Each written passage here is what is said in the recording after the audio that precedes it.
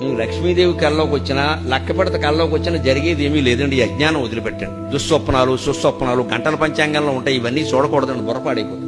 ఈ కళలు బల్లిపాట్లు పిల్లి శకునాలు మన జీవితాన్ని నిర్ణయిస్తామండి. బుద్ధుండి మాట్లాడుతున్నావా? అసలు నీ జీవితాన్ని నువ్వు నిర్ణయించుకోలేవా? మంచి చెడ్డ నీకు తెలియదా? అంత జడ పదార్థానివా? నీకు వచ్చిన కళ, నీకు ఎదురైన మనిషి, పొద్దున్నే ఎవడో తుమ్మిన తుమ్ము, వాడెవడో దగ్గర దగ్గు నీ జీవితాన్ని నిర్ణయిస్తాయా? అసలు విన్నెముకుందా మనకి? ఎక్కడ శాస్త్రాల్లో లేవు. తర్వాత పుట్టుకొచ్చేయండి మరి వ్యాపారాల కోసం. ఇప్పుడు వాటితో కోట్ల వ్యాపారం జరుగుతుంది. చేతిలో గీతలను బట్టి చెప్పేస్తాడు ప్రతివాడు జాతకం. మీరు చూసుకోండి అమ్మా, కోతి దొరికితే కోతిని చూడండి. కోతికి చేతిలో గీతలు ఉంటాయి, దానికి చెప్పమానండి. ఎందుకు వస్తాయో తెలిసేవి ఇప్పుడు మీకు రుజువు చేయించండి. ఇలా ముడవండి ఒకసారి. ఎక్కడ మీ చెయ్యి ముడుచుకుందో అక్కడే గీతలు ఉంటాయి, గమనించుకోండి. ఆ తల్లి కడుపులో శిశువు ఇలా ముడుచుకుని ఉంటాడండి. ఆ చర్మ నిర్మాణంలో గీతలు ఏర్పడ్డాయి. దాన్ని బట్టి జాతకాలు నిర్ణయిస్తానంటే ఎంత మాయ జరుగుతుందో మీకు అందరికీ తెలుసు.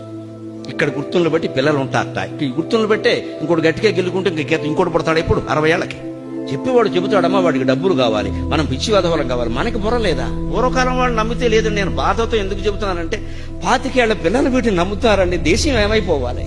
నీ శాస్త్రీయ జ్ఞానం మీద ఈ దేశం అంతా ఆధారపడి ఉందయ్యా. ఓ యువతి, ఓ యువక, మీరు నమ్మడం ఏంటి? బుద్ధి ఉందా లేదా? వాళ్ళకే వస్తున్నాయండి ఈ పిచ్చి నమ్మకాలు. వాళ్ళని జరగొట్టేసాం మనం పూర్తి.